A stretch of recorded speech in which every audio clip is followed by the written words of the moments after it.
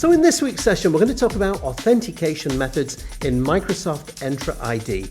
What are the different options, and more importantly, how do they work and how can you configure them? Stay tuned, you'll learn something.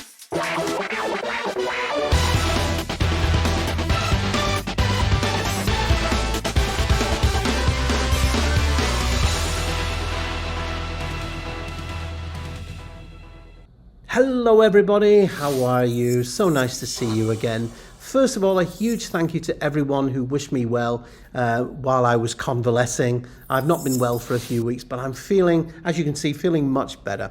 I'm here in Oslo this week teaching an identity course. And I was thinking about identity, and I was thinking about the different authentication methods. And I thought, that's a really good conversation to have with you guys. So whether you're studying for exams or you just want to kind of get your head around the increasing list of authentication methods, then this is going to be a really useful session for you. Now, if you've got questions and comments, of course, we love those. Just get those down below. And as always, I'll do my very best for you. And if you've not subscribed to the channel, then show me some love, pump the subscribe button up there and hit the like button. It does make a difference to the channel. Finally, just to remind you that I'm going to be speaking at NIC, the Nordic Infrastructure Conference in Oslo on the 8th and 9th of this month, of November, and also in November, the 27th to the 29th of November, I'm going to be speaking at the European SharePoint Conference in Amsterdam. So if you're going to be around, it would be fabulous to see you there. So I think without any further ado, let's jump in and have a conversation about these authentication methods. So just before we get into the various authentication methods, what I want to do is just show you a very important tip. I'm going to come down into Identity and I'm going to hit Overview in the Microsoft Entra Admin Center. And a really important setting can be found here in the Properties page. And if you scroll right down to the bottom here, it talks a little bit here about the security defaults. So just to mention that this is perfect for an organization, brand new tenant, you've got nothing configured on it. And just to say, if you switch on the security defaults, it will do things like every user will have to have multi-factor authentication. It will set certain baseline security settings, conditional access settings, which is great for a brand new organization. The downside of this, however, is if you switch it on and you do already have these settings, it will wipe them out. So just be very careful with that. But again, definitely go in and read the white paper on learn.microsoft.com about what is included in the security defaults. Okay, so with that out the way, what I want to do is I'm going to come down back into the Entra Admin Center. I'm going to hit the Protection tab and show more. And in here, we're going to take a look at the authentication methods. So here in the authentication methods, this shows you all the different methods in which you can authenticate users. Now, some are stronger than others. Now, in my last video, I did a session on passkeys, and I'm mentioning that FIDO keys, these are the security keys that you can get. These are essentially what we call phishing resistant security methods. In other words, you need to have a physical key. So if somebody was trying to phish your account, they wouldn't be able to do that, unlike a common password. We also have the Microsoft Authenticator app, SMS messaging.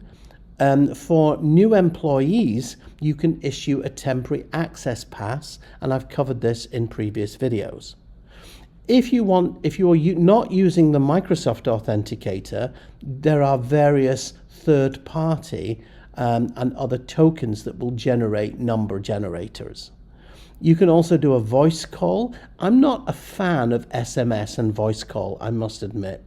A few years ago, Kevin Mitnick, the famous hacker, he did some research and he says that these two methods are potentially hackable. So in my opinion, they're a little bit weaker than the other methods. Email one-time passcode, of course, I'm sure we've all seen that. That's quite useful. You can enable that. And if you're using devices, for example, if you're managing mobile devices, for example, in Intune or things like that, then you can deploy a digital certificate for authentication.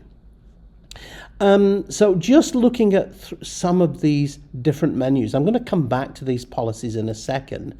But one super important setting is if you are using passwords, then this is the default password policy for your tenant.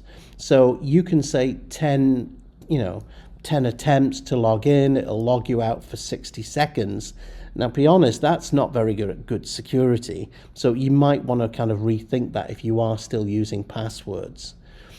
You can put in a set of blocked passwords here. So, silly passwords like this, you might want to block things like that. What's really useful, by the way, is if you are in hybrid and you're still using Active Directory, then there is a really nice article here. If you click on to learn more, there is an agent that you can download, and it just talks about the agent and how it works. And essentially, it's just a series of PowerShell commands, which is here. But ultimately, at the bottom of the page, it talks about just downloading this agent. Once it's installed on the server, you then enforce that, and any policy settings here will be enforced on that server as well. So again, definitely have a look at that. It's an extra layer of security, and especially with the weaknesses of the likes of Active Directory might have, certainly if you're using older versions. So the next option down, again, I really like this. I think this is useful. If you're in the process of enforcing multi-factor authentication, and you haven't, hopefully you have, but if you haven't, then you'll find this really super useful. This is called the registration campaign, and this is where you can gently encourage your users to use multi-factor authentication. Now, most of the time, to be honest, this is Microsoft managed, and they tend to take care of everything. But if you want to enforce this and manage this yourself, then you've got the options here, and you can do things like, I'm gonna encourage people to register for a multi-factor authentication the next time they log on, and they'll have like X number of days grace period in which to register. I can specify users and groups here, and you can also specify what authentication method. So again, out of the box, you can't really change this, but out of the box, of course, it's going to be the multi-factor authenticator tool that Microsoft has. So in addition to that, the next thing that I want to mention is something called authentication strengths. And this is awesome. So to say that I want multi-factor authentication is cool, but there are different types of multi-factor authentication. So you've got the authenticator tool, you've got passwordless MFA. So if you're using things like biometrics, fingerprint, facial recognition, and so on. But I also mentioned something called phishing resistant MFA, and this is where you're using FIDO keys. So a physical FIDO key contains two cryptographic keys, a public and a private key. The private key never leaves the physical device, thus meaning it's very difficult to phish somebody with a key like that. Now, interestingly enough, by the way, that the FIDO, if I go back to the authentication methods, the FIDO keys are actually going to change to passkeys, and this is changing in January 2024. They're going to be called passkeys, and they're going to now include not just the physical FIDO keys, but also the ability to store keys on mobile devices and PCs and Macs and so on. And that's really super exciting, and that's being released in January 2024. But as I say, for the moment, if you're using the likes of conditional access, one of the things that you might want to do is for your organization, you might want to create your own organizational strength, authentication strength. So I'll just call this my Oslo authentication strength number 1, let's say. And I can say, well, I'm going to support phishing resistant MFA. So I want my staff to use Windows Hello for Business and also FIDO keys. But in addition, I can say I'm going to support passwordless authentication. I'm going to support multi-factor authentication. But you might say, I don't want any kind of passwords in there. So you might want to take that options away, and you can customize them. And you can see here, I don't want to support, for example, single factor authentication. So this is how you can create your own, what we call authentication method. All right. So this is, you can control and support what strengths you want to have in your organization. And you can see this if I flip over here into conditional access, and if I go into properties here, and here's one I made earlier, as they say. So I'm going to flip into this conditional access property, and I'm basically saying, okay, these users who are accessing these resources must meet these conditions, and if they do meet the conditions, I'm going to grant access, but at the moment it requires multi-factor authentication. But now I can take that checkbox out and choose an authentication strength of my own. So I can click into here and check it out.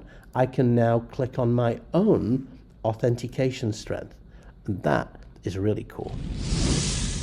So with that out the way, what are the different authentication options that you can use? Well, as I mentioned, you can use the FIDO keys. These are the hardware-based keys. As I say, they generate a public-private key pair. You can deploy them to all users, or you can deploy them to specific users, and you can enable it, and this will basically make it an available option for your users to use. You can allow the users to self-service setup, enforce the use of it if you want to, but you can also enforce key restrictions. So for example, if you want to restrict specific keys if a user leaves, and for that you'll need the GUID, the globally unique ID of that actual key token. So that's the first one. The next one, of course, is the multi-factor authenticator, and I'm sure that you're all using this by now. But previously this year, there was a couple of changes in the configuration. Obviously, you can use the one-time passcodes, and I've actually switched that off at the moment. I prefer using the random number generator, and it will prompt the user to enter a certain number, but also it shows the geographic location, and it shows the actual application that the user is requesting access to. So if you suddenly get a notification that you're trying to access Teams in Adelaide and you're in London, then something's definitely not right. So again, it's an additional layer of security, which I think really, really works. If you do want to use the text or SMS feature, again, you can enable that, and again, deploy that to your users. Again, I'm not a fan of SMS messages. I do think there is an inherent weakness in it. You may disagree with me. The temporary access pass, I've covered that in a session before. And then you've got obviously the hardware tokens. So if you're using third-party tokens, again, the voice call option. The one-time passcode really works. I like that. So you can push this out to either all users again or specific groups. And I can say allow external users to use a one-time passcode. And again, it's just really, really simple just to go ahead and switch that on. And then finally, if you are using devices, mobile devices, you may want to start supporting certificate-based authentication. And again, when you deploy this, there is an option you can deploy either in a single factor or as part of multi-factor. I definitely prefer that. And again, you can set up different protection levels, so you can control the rule. So you can specify the certificate issuer and the unique ID for that. And you can specify, you would need to choose the certificate issuer. So if you've got a deal with GoDaddy or VeriSign or somebody like that, or indeed if you're producing them yourself as part of Microsoft Azure.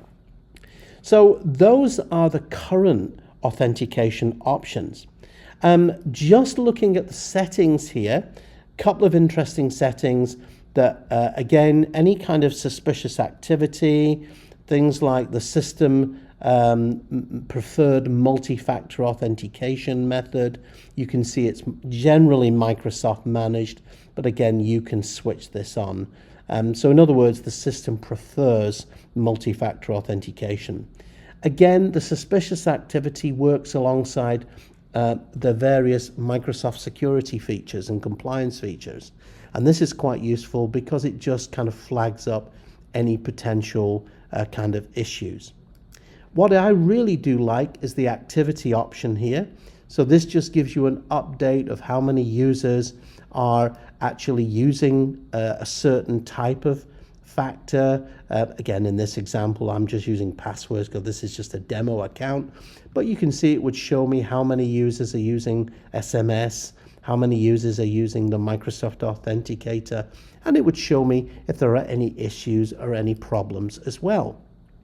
So I can come into the user registration details here. I can download a list of users. It shows me their authentication method, if they've had any problems. You've got things like registration and any kind of reset events. So if a user loses their device, of course, one of the things that you can do, you can reinforce multi-factor authentication for that particular user. And I'll just, as I said, really, really useful features. And those, my friends, are your authentication options.